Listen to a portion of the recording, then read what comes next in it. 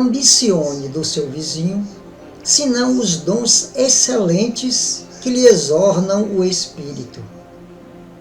Não permita que os dissabores governem o leme de seu destino.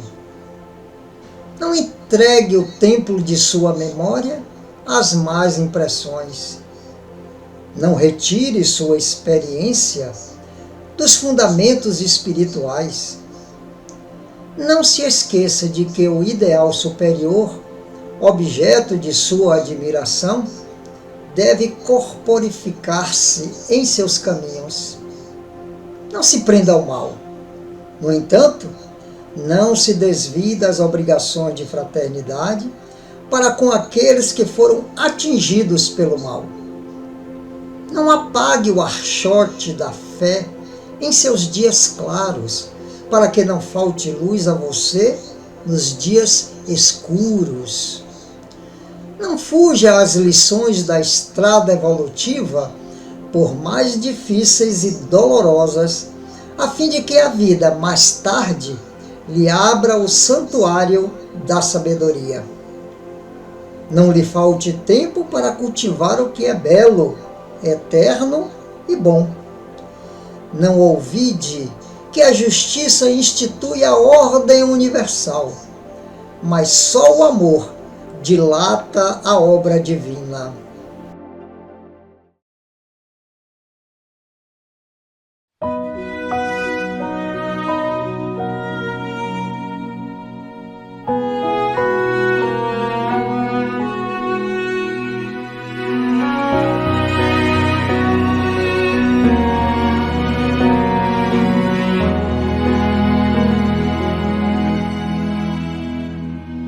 Se cansado está teu coração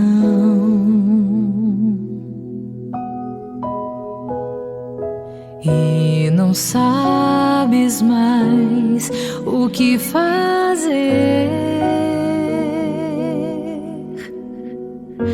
para cessar a dor e vencer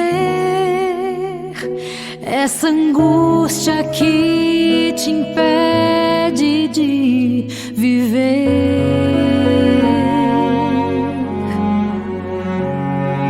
Basta uma atitude pra mudar.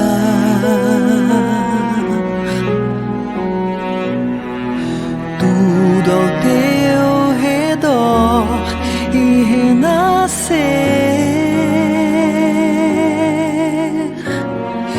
E através da dor entender que só Deus sabe cuidar bem de você.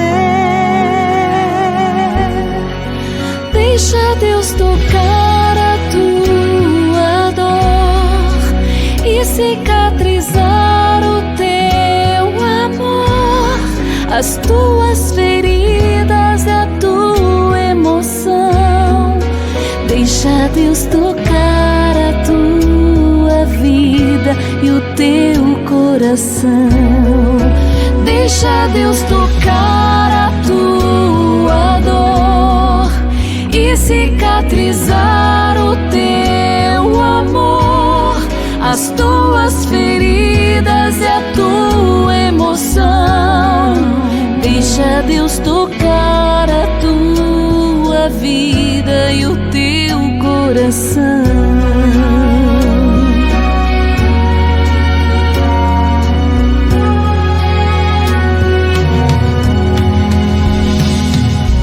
Basta uma atitude pra mudar.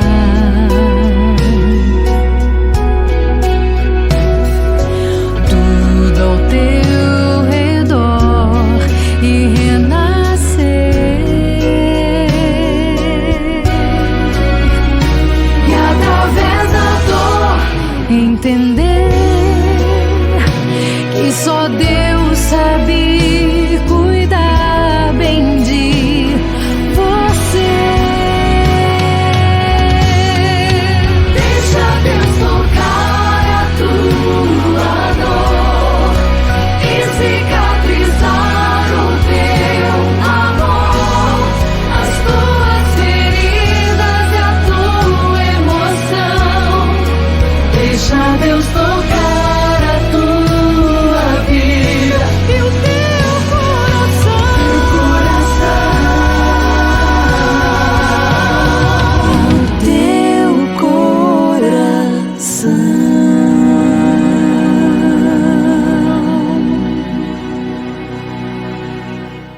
O Sermão da Montanha continua, caros internautas. Em busca do sagrado, a mensagem de Jesus se amplia.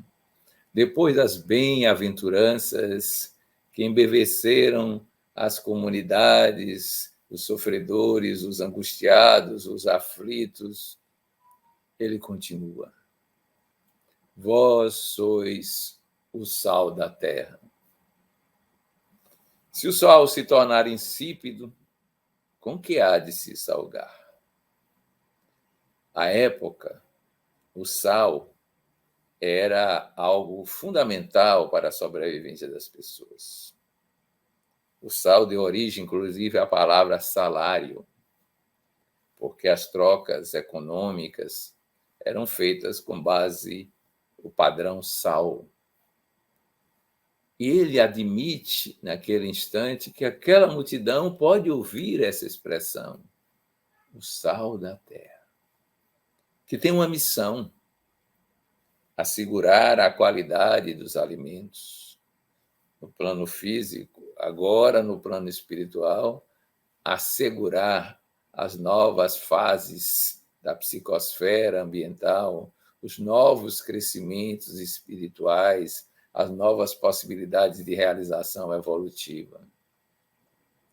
Vocês já imaginaram o que é sentir-se responsável por essa tarefa, que deve envolver a toda criatura que se predispõe a sentir e praticar o Evangelho, onde estiver, assegurar a sanidade do alimentar-se, que no nosso caso é psíquico, é espiritual, é social, é também biológico. Mas, se o sal se tornar insípido, se cada uma das criaturas não perceber a sua tarefa, não identificar a sua missão de revelador de Deus no mundo na máxima possibilidade possível, o que acontecerá? Estaremos na estagnação, estaremos paralisados evolutivamente, e isso tem custo, e isto é problemático, isso assegura a manutenção de um status quo, de uma civilização ainda primária, que não conhece a lei do amor em plenitude, que não experiencia a qualidade do viver amorosamente em relação aos seus semelhantes. Bela tarefa, portanto, cabe a todos nós que pretendemos seguir o Evangelho. Mas ele prossegue naquela vivência, naquele momento, que nós podemos nos envolver nesse instante. Vós sois a luz do mundo. Brilhe a vossa luz diante dos homens para a glória de Deus, enunciou oportunamente. Ele acredita no nosso potencial. Por conhecer a profundidade do nosso ser, por entender que somos espíritos, criação divina, há uma luz interior. Mas há camadas e camadas e camadas de psiquismos, de formas, de veículos, de crenças que nós criamos nesse modo de viver a ascese evolutiva que não nos permite perceber a luz interior e manifestá-la na sua plenitude. O que é senão o estado de bem-aventurança, além da luminosidade que nos espreita escondida à espera de desvelamento? Nós podemos, então, fazer uma viagem de introspecção e descobrir no imo da alma aquela experiência do sagrado, da convivência com Deus, para transferi-la para a realidade humana. Sal da terra, luz do mundo. Quanto isso será benéfico para a humanidade. Mas para que tudo isso aconteça, é preciso que assumamos aquilo que nós somos, transformando a essência em existência. E podemos fazê-lo nesses instantes, de certa maneira, voltando a esse clima espiritual da montanha, observando o cenário do entardecer, criando a possibilidade de enxergar o Cristo e seu olhar que perpassa todas as criaturas, vai no íntimo da alma e repete a cada ser: vós sois o sal da terra, vós sois a luz do mundo.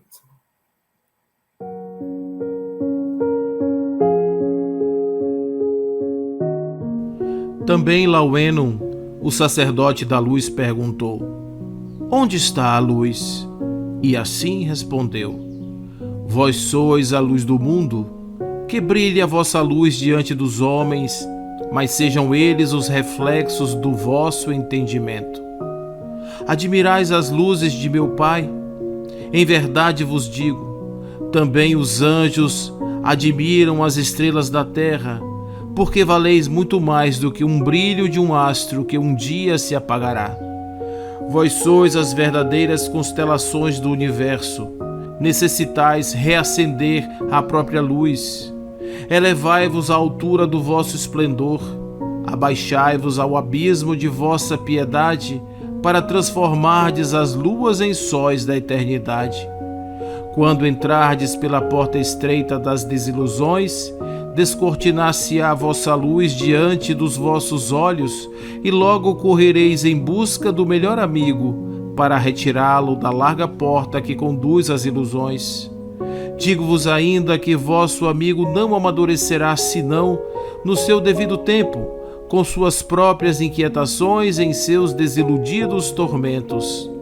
Então, fazei brilhar a vossa luz, e nada mais temais em vosso brilho. Pode vossa treva apagar vossa luz? Em verdade, ela não tem existência própria, porque é apenas a ausência de vossa luz que a faz presente. Nas noites de vossa existência, procurai a estrela guia. Ela se manifestará através da suprema vontade do vosso esforço. E quando sentirdes a chegada de vosso dia, brilhará a vossa luz, tal qual o sol nas manhãs de primavera.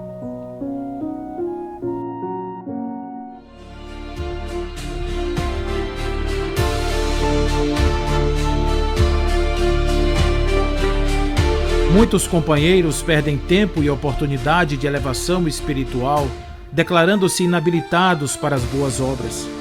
Fogem da oração, recusam preleções de natureza religiosa, evitam templos da fé ou afirmam-se demasiado imperfeitos para cogitar de assuntos e tarefas em ligação com o nome de Deus.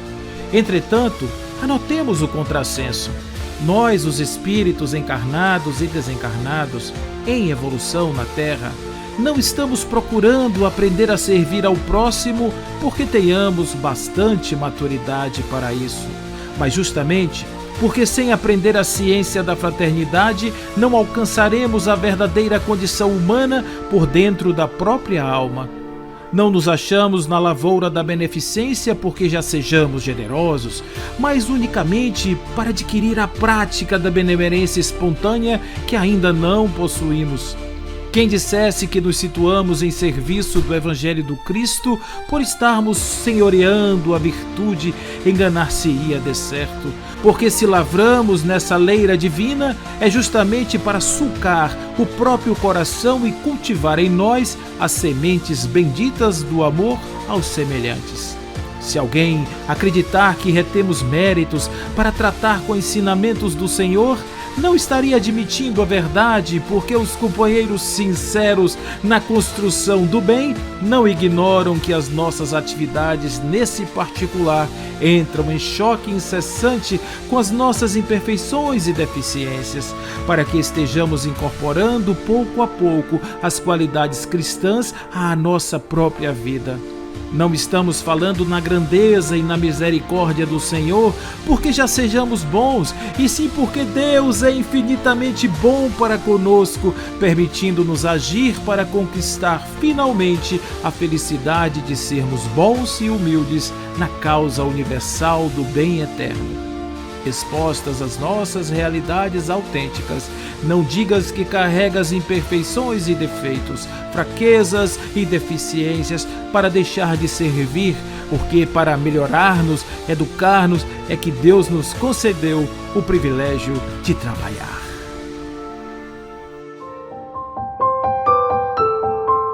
Se não puderes ser um gênio ou santo, exemplo luminoso de grandeza, se não for ideal tua beleza, se não for puro e sublimal teu canto, não te acolhas por isso ao desencanto. Não se ensombres de pena e de tristeza, dado o pouco que tem tua pobreza, e enverga da humildade o casto manto. Lembra as lições do mestre soberano, a mágoa esmola da viúva pobre, a prece do modesto publicano, sob a capa de carne que te encobre. Melhor do que ser tolo e ser ufano é ter um coração sincero e nobre.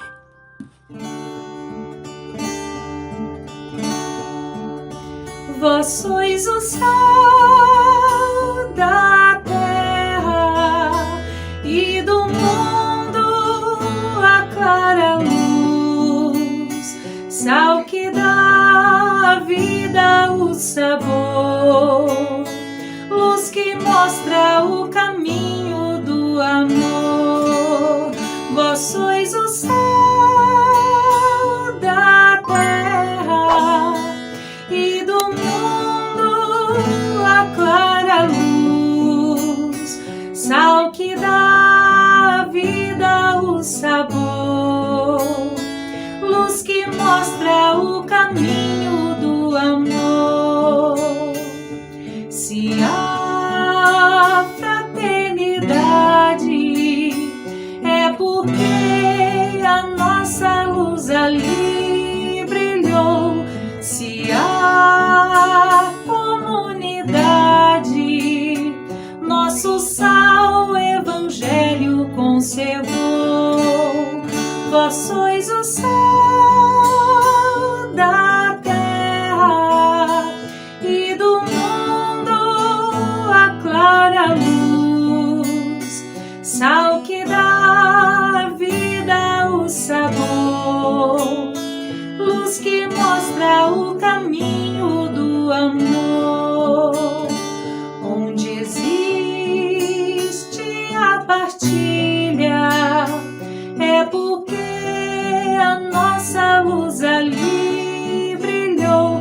Se é unida a família, nosso sal o Evangelho conservou. Vós sois o sal da terra e do mundo a clara luz, sal que dá à vida o sabor, luz que mostra o caminho do amor. Vós sois o sal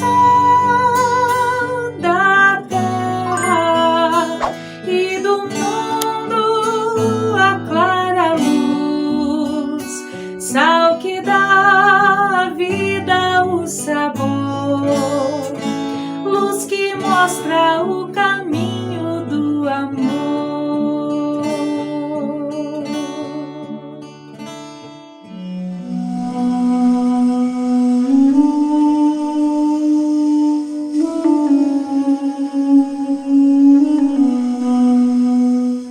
Ouvistes o que foi dito aos antigos: não matarás, e quem matar terá que responder no tribunal. Eu, porém, vos digo: todo aquele que se encolerizar contra o seu próximo será responsável em juízo. Aquele que chamar ao seu irmão tolo estará sujeito ao tribunal superior. E quem o chamar de louco terá que responder na geena do fogo. Quando vê desaparecer uma nuvem no poente, Logo dizeis que vem a chuva, e assim acontece. E quando sopra o vento sul, dizeis que haverá calor. E isso sucede. Hipócritas, sabeis discernir o aspecto da terra e do céu. Como então não distinguis o tempo presente? E por que não discernis também por vós mesmos o que é justo? Se estiverdes, pois, apresentando tua oferta ao altar, e te lembrares de que teu irmão tem alguma coisa contra ti, deixa tua oferta diante do altar, e vai primeiro reconciliar-te com teu irmão, e depois virá apresentar a tua oferta. Quando fores com teu adversário em busca do magistrado, esforça-te para no caminho encontrardes em acordo com ele. Sê benevolente, reconcilia-te logo com teu adversário, enquanto estás no caminho com ele, para não acontecer que o adversário te entregue ao juiz e o juiz ao oficial de justiça, e assim sejas recolhido à prisão. Em verdade te digo, que não sairás dali até pagares o último ceitil.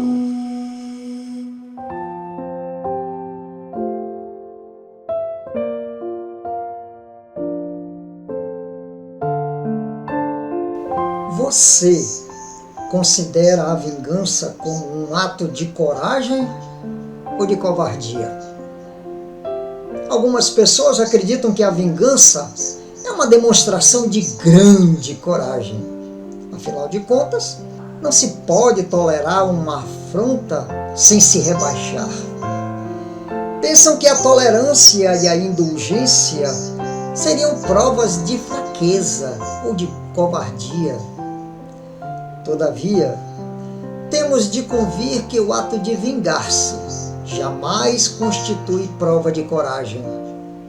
Geralmente, quando buscamos revidar uma ofensa, o fazemos movidos pelo medo do agressor ou da opinião pública. Não importa que a nossa consciência nos acuse de covardia ou indignidade. O que nos interessa é que a sociedade não nos julgue assim. O mesmo não ocorre com relação ao ato de perdoar. O perdão, sim, exige do ofendido muita coragem e dignidade. Enquanto a vingança é uma ladeira fácil de descer, o perdão é uma ladeira difícil de subir. Algumas pessoas costumam enfrentar corajosamente os mais graves perigos, mas sentem-se impotentes para tolerar uma pequena ofensa. Escalam com ousadia altas montanhas, saltam de paraquedas desafiando as alturas, enfrentam animais ferozes, aceitam os desafios do trânsito, navegam em mar revolto com bravura, mas não conseguem suportar um mínimo golpe da injustiça. Dão grande prova de coragem em alguns pontos, mas não relevam a investida da ingratidão, da calúnia, do cinismo, da falsidade, da infidelidade. Realmente fortes são aqueles que conseguem conter-se diante de uma agressão. A verdadeira fortaleza está nas almas que não se descontrolam quando são ofendidas, que não se impacientam quando são incomodadas, que não se perturbam quando são incompreendidas, que não se queixam quando são prejudicadas. Verdadeira coragem é aquela de que o Cristo nos deu o exemplo. Ele sofreu a ingratidão daqueles a quem havia ajudado, enfrentou o cinismo dos agressores, foi ultrajado, caluniado, cuspiram-lhe no rosto e o crucificaram, E ele tomou uma única atitude, a do perdão. Por várias vezes em sua passagem pela terra, o homem de Nazaré teve motivos de sobra para revidar ofensas, mas sempre optou pela dignidade de calar-se. Diante das agressões recebidas, o meigo Rabi da Galileia passava lições grandiosas, como aconteceu com o soldado que o esbofeteou quando estava de mãos amarradas. Sem perder a serenidade habitual, o Cristo olhou-o nos olhos e lhe perguntou: se errei, aponta meu erro, mas se não errei, por que me bates? Essa é a atitude de uma alma verdadeiramente grande. Pense nisso. Se Jesus tivesse parado em meio à caminhada do Gólgota, largado a cruz injusta do suplício para voltar-se contra os seus agressores e exercer sobre eles o direito de vingança, certamente não teria passado à posteridade como modelo de perfeição e de amor. Pense nisso. Após o discurso das bem-aventuranças, as pessoas voltaram para suas casas, cada uma levando consigo aquilo que pôde agasalhar no seu mundo íntimo. O seu coração estava completamente cheio de novas perspectivas e possibilidades, mas também de muitas dúvidas. A nossa querida Amélia Rodrigues vai nos contar um episódio específico dessas inquietações trazidas pelo Simão Pedro, aquele apóstolo que tinha tantas dificuldades diante da compreensão dos ensinamentos de Jesus. Narra a poetisa Amélia que em determinada circunstância, quando estavam já digerindo aquelas palavras do mestre, Simão Pedro volta para Jesus e diz assim: Senhor, eu estou ciente de que participamos de uma grande empresa que com certeza vai mudar o mundo. Estamos cientes também, Senhor, que jamais houve um discurso de tamanha intensidade, que jamais as pessoas poderão compreender ou ouvir coisas de tamanha monta. Desta forma, nesse instante agora, o meu coração ainda está com algumas dúvidas. Eu sempre fui um amante da lei, sempre desejei seguir tudo aquilo e imaginava a força impositiva de todos os códigos que foram estabelecidos como norma de conduta das religiões tradicionais. No entanto, agora, eu percebo que o seu código de bem-aventurança muda no meu coração, algo sobretudo ao perdão. E aqui diante de ti, Senhor, eu te pergunto, o que seria necessário fazer para que nós tivéssemos a capacidade de perdoar 70 vezes, 7 vezes, perdoar tantas quantas fossem necessárias os nossos inimigos?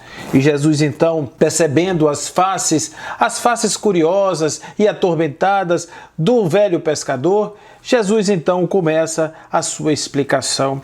Diz-me, Pedro, diz-me quais são as suas dúvidas, porque o Evangelho prepara um mundo novo e sob a sua influência, vai dizer Amélia, modificar-se-ão as paisagens morais do homem, da humanidade. Sim, não obstante, jamais revogará leis existentes. Adiciona-lhes o sal do amor, da misericórdia, justiça e misericórdia, severidade e amor, eis os pilotis das edificações novas. Diante dessas explicações, Simão Pedro diz: Rabi, compreendo e me comovo com tais verdades, mas como dar a vida para o outro? E nesse ponto as minhas indagações chegam aos níveis máximos. Convidaste-nos, Senhor, a amar os inimigos, e no entanto, como fazê-lo? Se alguém propositadamente fala de nós, fere-nos com verbo ácido, o que fazer? Continuar amando, Simão, e nunca revidar mau conceito por agressividade. E se estimulado pelo nosso silêncio, ele vier em nossa direção e nos desferir uma bofetada, o que faríamos, principalmente se não houvesse a quem recorrer, se não houvesse nenhuma justiça ou nada que pudesse nos proteger, a nossa integridade física, Senhor? oferecendo Simão a outra face. Não nos é lícito responder brutalidade por brutalidade, agressão por agressão. No entanto, Senhor, se essa pessoa vier ao nosso encontro e tirar a nossa vida, aí não convém esquecer nunca, jamais, Simão, que o verdadeiro infeliz sempre é o autor do crime e jamais a vítima. Supliquemos ao Pai que nos livre do mal, todavia não temamos jamais os maus. E apesar de tudo isso, mestre, isso não estaria incentivando de certa maneira o crime? Nós não estaríamos deixando que ele continuasse perpetrando as suas maldades se não houvesse nada que pudesse lhes conter de forma alguma? A violência sempre diminui a sua força má quando abafada pelos tecidos da caridade. Simão compreendeu, então, a gravidade do ensinamento e mentalmente, vai dizer Amélia, atirou-se na direção do futuro. Os seus olhos contemplavam o horizonte, o seu coração cheio da esperança de um mundo novo. Haveria, portanto, agora o renascer de um novo homem, com novas perspectivas, com novas e alviçareiras novidades à sua alma. E o cantor, então, desceu às labutas, a fim de selar com o exemplo a sublime mensagem de amor aos atormentados e atormentadores do mundo. Escuta serenamente quem te repele ou censura. Há muito fel de amargura em forma de maldição. Às vezes, quem te maltrata arrasta apenas consigo sede, fome e desabrigo, por brasas no coração. Quem te injuria e escarnece, na frase agressiva, azeda, em si sofre a labareda, que verte do próprio mal. Toda cólera é doença. Aquele que se enraivece solicita o pão e a prece do socorro fraternal. Muita gente cai nas trevas por não achar no caminho brandura, silêncio e ninho no peito amigo de alguém. Ainda que ofensas te cubram e lâminas te retalhem, que as tuas forças não falhem na força que espalha o bem. Desculpa constantemente. O golpe, a pedrada, o insulto, apesar do pranto oculto, amargo, desolador. Quem tolera e quem perdoa, embora de alma ferida, encontra na própria vida o reino do eterno amor.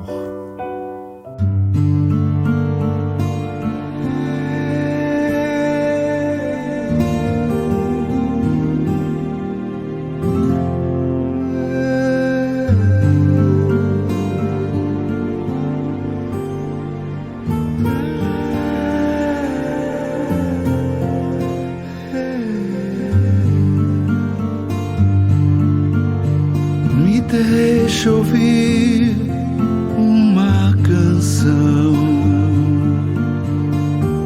canção que fale de perdão.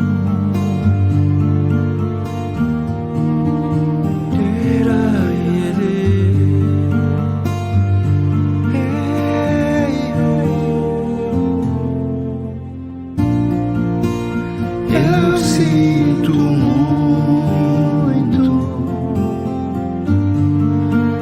vem me perdoa,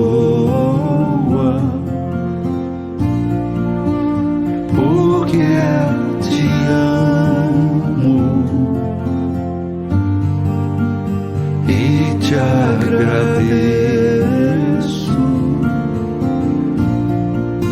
Você sente muito, eu sei,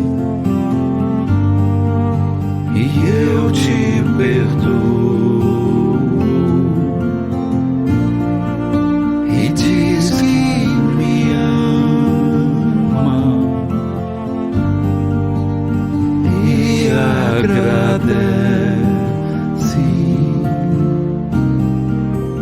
Quando a luz do céu vier te visitar num uma canção. Deixa o coração se abrir e libertar, deixa voar. Tanto passarinho preso a esperar a luz do sol. Essa é a hora de você se perdoar e dizer que sente muito, que se perdoa, diz que se ama e agradece.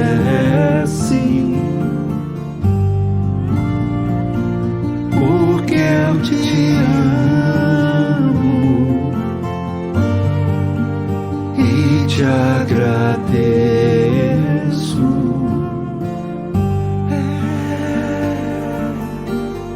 Essa é a canção do perdão.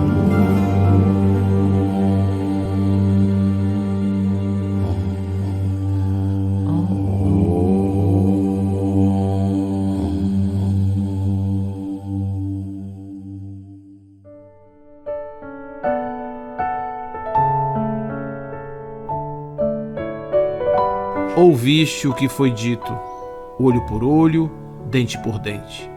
Eu, porém, te digo, não resista ao mal. Se, pelo contrário, alguém te ferir na face direita, apresenta-lhe a esquerda. Se alguém quiser chamar-te a juízo para tomar-te a túnica, deixa-lhe também a capa. A quem te arrebatar a capa, não lhe negues a túnica. E se alguém lhe obrigar a andar 1000 passos, caminha com ele 2000. Dá a quem te pede, não voltes as costas ao que te solicita empréstimos e não reclames de quem tomar o que é teu. Faça aos outros o que queres que eles te façam. Declaraste não possuir dinheiro para auxiliar. Acreditas que um pouco de papel ou um tanto de níquel te substitui um coração? Esqueceste, meu filho, de que pode sorrir para o doente e estender a mão ao necessitado? A flor não traz consigo uma bolsa de ouro e espalha perfume no firmamento. O céu não exibe chuvas de moedas, mas enche o mundo de luz. Quanto pagas pelo ar fresco quem bafeja os amigos te visita o quarto pela manhã? O oxigênio cobra-te impostos? Quanto te custa a ternura materna? As aves cantam gratuitamente. A fonte que te oferece o banho reconfortador não exige mensalidade. A árvore abre-te os braços acolhedores, repletos de flor e fruto, sem pedir vintém. A bênção divina cada noite conduz o teu pensamento a bendito repouso no sono, e não fazes retribuição de espécie alguma. Habitualmente sonhas, colhendo rosas em formoso jardim, junto de companheiros felizes. No entanto, jamais te lembraste de agradecer aos gênios espirituais que te proporcionam o venturoso descanso. A estrela brilha sem pagamento. O sol não espera salário. Por que não aprenderes com a natureza em torno? Por que não te fazeres mais alegre, mais comunicativo, mais doce? Tens a fisionomia seca e ensombrada por faltar-te dinheiro excessivo e reclamas recursos materiais para ser bom, quando a bondade não nasce dos cofres fortes. Ser irmão do teu irmão, companheiro do teu companheiro, amigo do teu amigo. Na ciência de amar, resplandece a sabedoria de dar. Mostra um semblante sereno e otimista onde fores. Estende os braços, alonga o coração, comunica-te com o próximo através dos fios brilhantes da amizade fiel. Que importa se alguém te não entenda o gesto de amor? Que seria de nós, meu filho, se a mão do Senhor se recolhesse à distância por temermos a rudeza e a maldade. Dá de ti mesmo em toda parte. Muito acima do dinheiro, pairam as tuas mãos amigas e fraternais.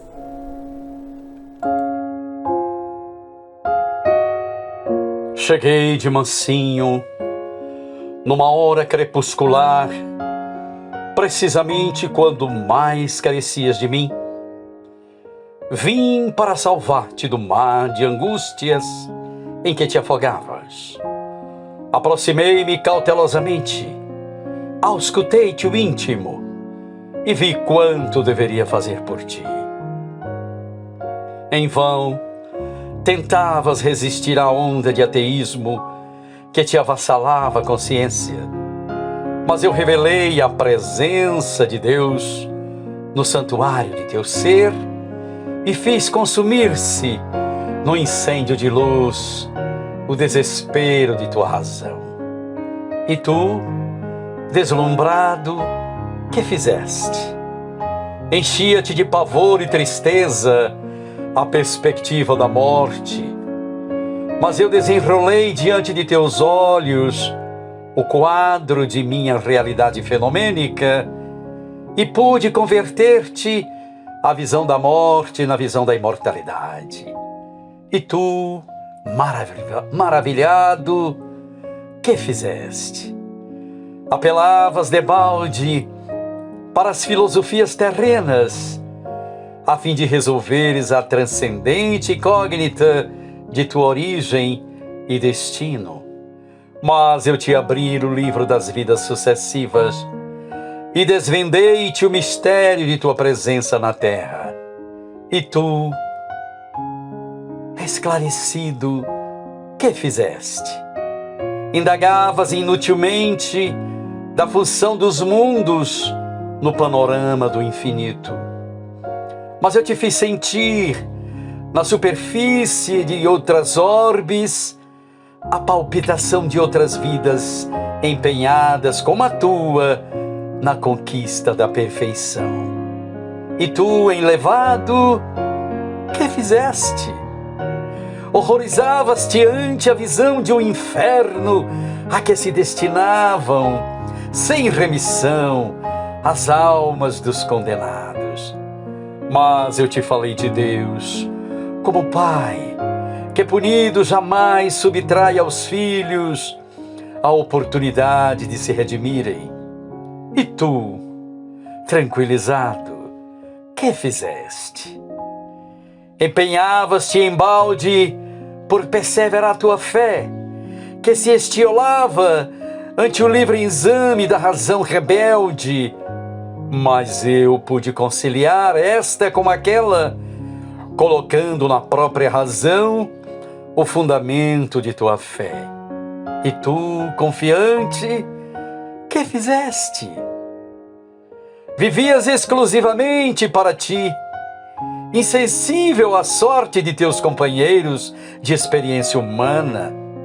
Mas eu revelei tua solidariedade para com todos, apontando-te a caridade como via de salvação. E tu, orientado, que fizeste?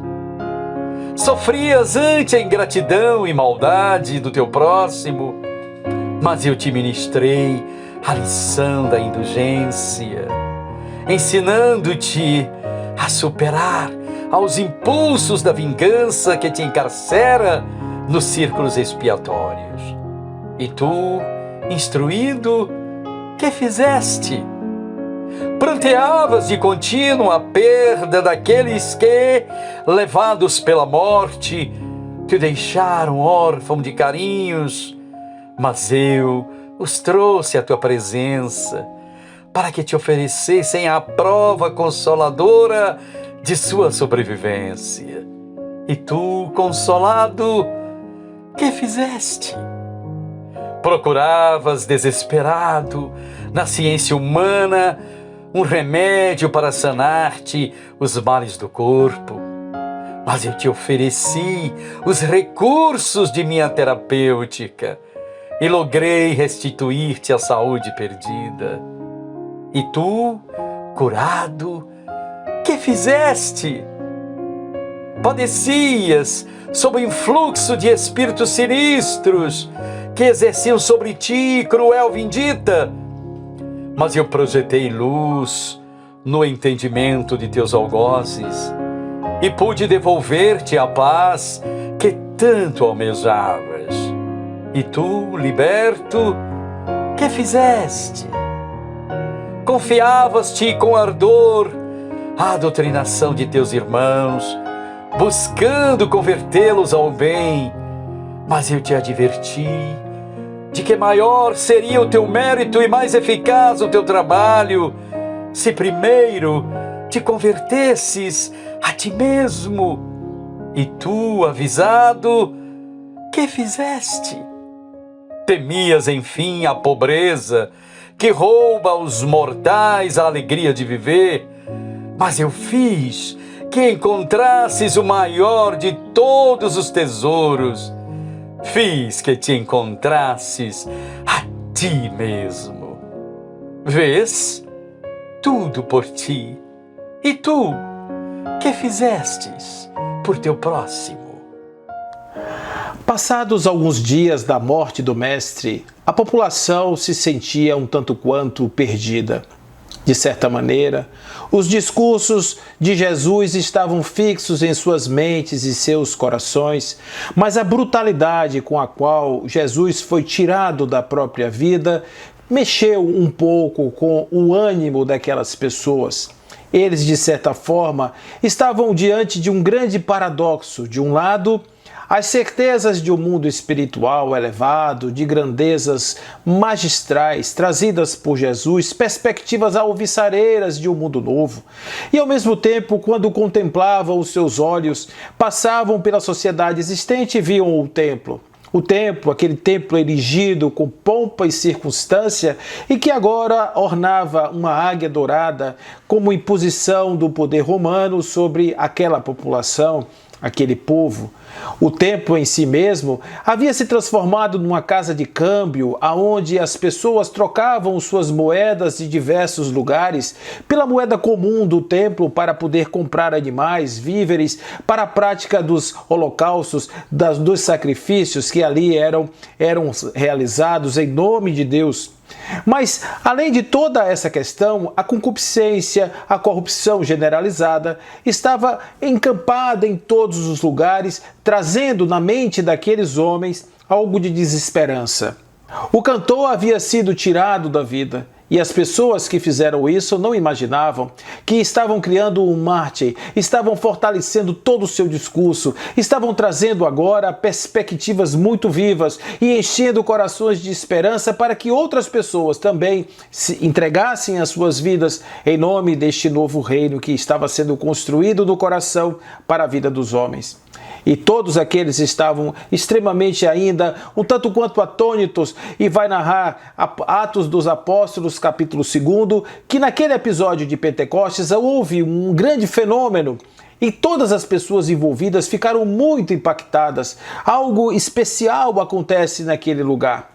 As almas que estavam tanto quanto dormindo, adormecidas, essas almas foram despertadas por fenômenos de diversas expressões, sobretudo aqueles de natureza linguística, que fez com que as palavras ditas por pessoas simples, pessoas que normalmente não tinham o dom da oratória, pudessem se espalhar no coração de diversos que estavam ali presentes, em línguas diferentes, em interpretações das mais diversas, de maneira tal que o conhecimento havia chegado a todos indistintamente.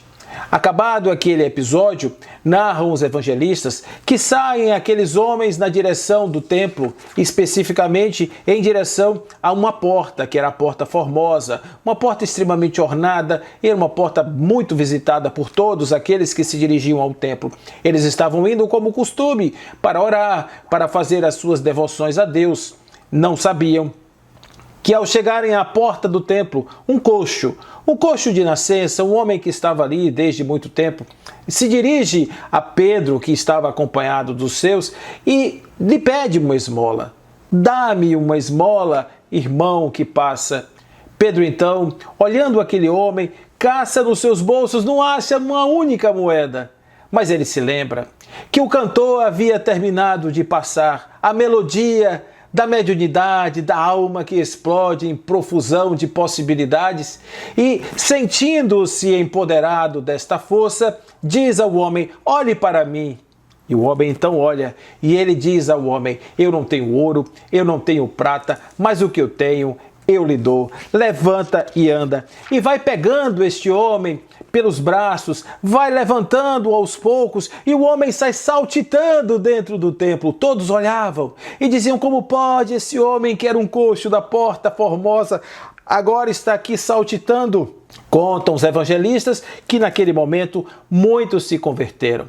Era algo de novo, porque Jesus não trazia a matéria. A matéria se decompõe na corrupção, na concupiscência. O mundo das coisas estava ali perdendo totalmente a sua essência diante da grandeza. A moeda, que não pôde ser dada no material, foi entregue na forma de uma vida nova ao homem que não podia viver. O que Pedro dá ao homem caído na Porta Formosa não é dinheiro para satisfazer as suas necessidades materiais, mas é a vida nova, que ele pode agora ter movimentos e perspectivas. Assim somos nós, os caídos nas portas formosas dos templos, que elegemos como os nossos lugares para podermos expor as nossas exulcerações e as nossas misérias humanas. E é nesse lugar que Jesus estende as suas mãos e diz a todos nós: eu não tenho ouro, eu não tenho prata, mas o que eu tenho eu lhe dou. Vida nova para os que creem em Jesus, vida nova para os que estão empoderados na alma do Cristo. Os verdadeiros cristãos, vai dizer Amélia Rodrigues, no entanto, que não possuem os tesouros que se gastam, se roubam, se perdem, despertam disputas e paixões, oferecem o que têm, distendem e promovem a criatura, impulsionando-a para a felicidade, para caminhar por si mesma no rumo da libertação. Não doam coisas, doam a si próprios, não possuem moedas, mas amor, nem prata, nem ouro, mas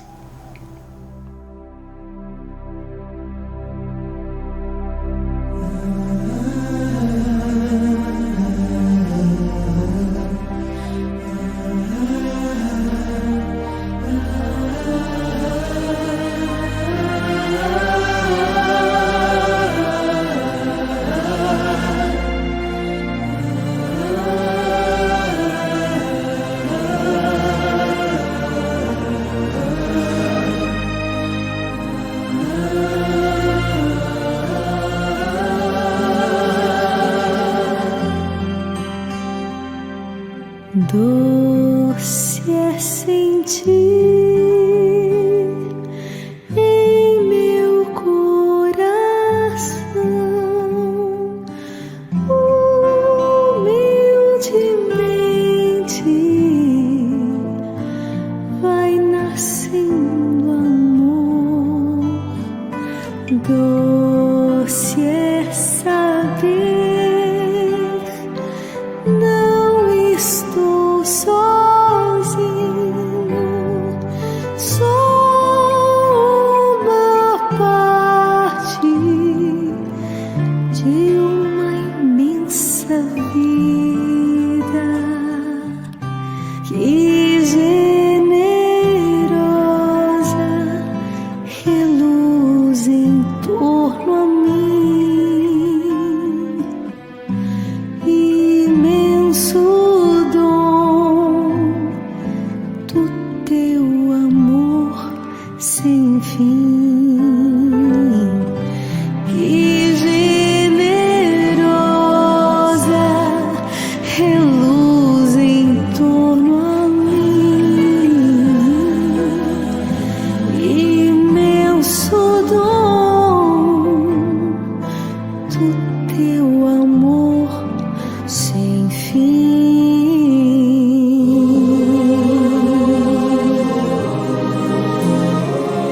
Fonte de vida, que generosa reluz em mim, imenso dom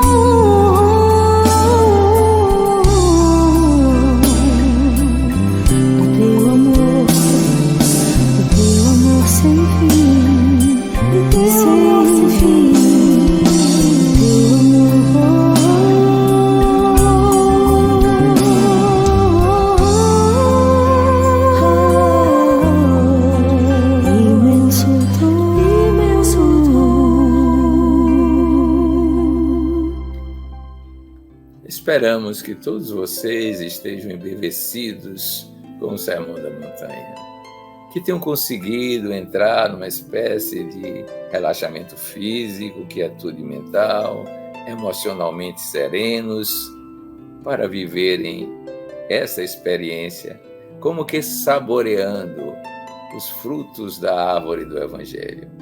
Quiçá, esperamos, alguns de vocês conseguiram visualizar criativamente os passos que nós demos nas reflexões que fizemos, como passos da evolução para a plenitude que todos nós ansiamos. Agora, então, vamos finalizar o nosso encontro num estado de oração, tentando ampliar mais e mais a nossa vivência espiritual, tentando, de alguma forma, alcançar aqueles estágios psíquicos que são o nosso vir a ser evolutivo, a nossa possibilidade de realização que a consciência já traz para a vida comum, a vida de vigília, como nós estamos acostumados. E digamos então assim: Mestre dos mestres, acreditamos na tua palavra, benfazeja, elegante, energeticamente tocante, dizendo a nós próprios que somos o sal da terra e a luz do mundo, e que temos possibilidades de experienciar esse Evangelho de uma forma muito peculiar, superando os ensejos de outrora, quando vigorava a pena de Italião, o Deus justo, que era justiça pura sem misericórdia, as vivências politeístas, e agora podemos desfrutar dessa noção de Deus único, de Deus plenitude. Que em nossos sentires, em nossos pensares, saibamos reverberar esses ensinos com gozo, com alegria, com entusiasmo, traduzindo a tua mensagem para aqueles que ainda não a percebem, não se aquilataram vivenciando esse tipo de experiência, e que nós sejamos verdadeiramente faróis de luz nesse mundo ainda de penumbra em matéria de amor, ainda marcado pelos conflitos, pelas angústias, pelas inquietações. Que em nós, então, vigore esse entusiasmo, essa bem-aventurança inicial, este deleite, para que assim o reino dos céus se apresente na terra de uma forma mais urgente, mais plena e mais realizadora de todos nós. Que assim seja.